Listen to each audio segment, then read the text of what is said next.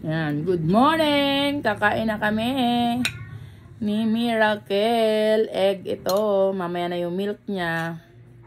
Kain muna siya ng ano. Dali, upo na. Itaas mo na lang yung ano. As yan. Taas mo yung unan. Yan. Puro ka dito. Hindi na masyadong ano. Mamaya, liliguan kita ulit. Sarap yan. Yung egg na to ay yung ginawa ko na scramble. Salt lang na kaunti nilagay ko. Tapos, hindi masyadong dry na dry. Ano, sarap na. Para makakain ka. Ayaw mo ng sabaw eh. Ay, dito na lang para makakain ka. Ano yan?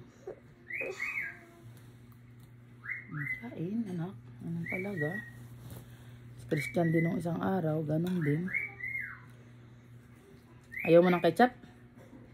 Hindi mo kasi mahilig sa ketchup.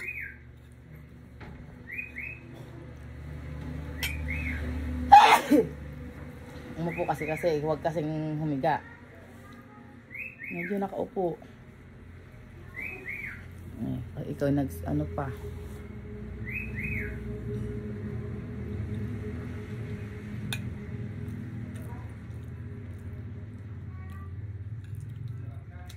Bawal magsuka, nako.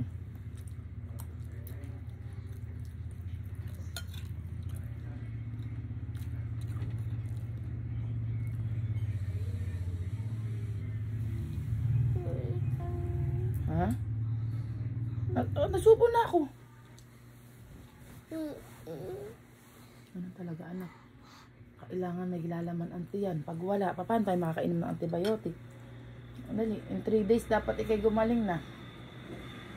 Hanggang bukas, makainom ka ng antibiotic para makapasok ka sa Monday. Kasi mag-i-exam ka sa Monday eh.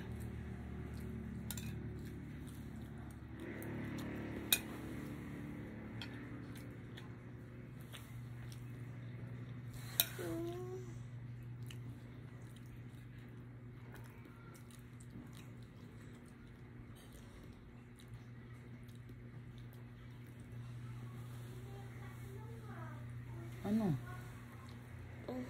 Hindi pwedeng ganyan. Kailangan may laman anti yan. Aba, baka mamaya sa grade 2 may kasama ka na naman sa feeding. Buso natin. Ano yung buko? Ano yung buko?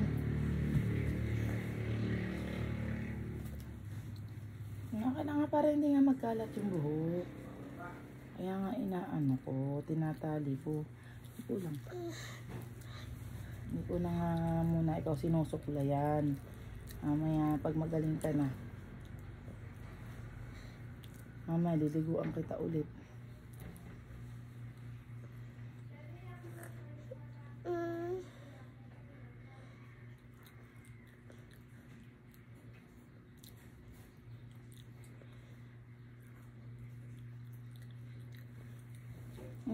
Sandali muna.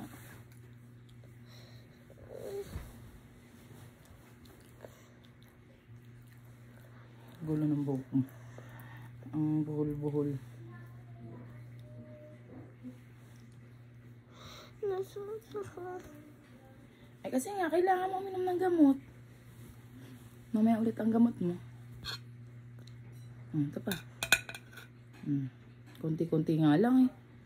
Yan eh, para makakain ka ng ayos.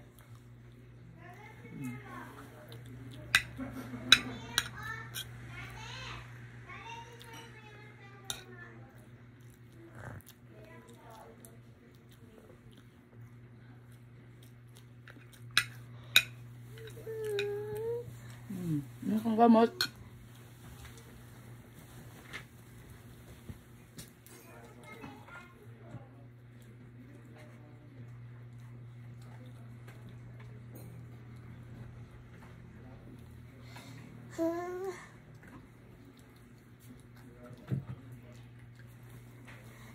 Ano?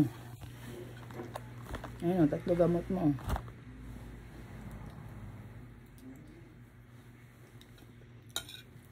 Pero kailangan may laman ang tiyan. Ito muna. Ayos. Tayo, ayos ang pwesto. Inaanahan mo na yung itlog. Nakasubo na ako. Umayos ka ng pwesto.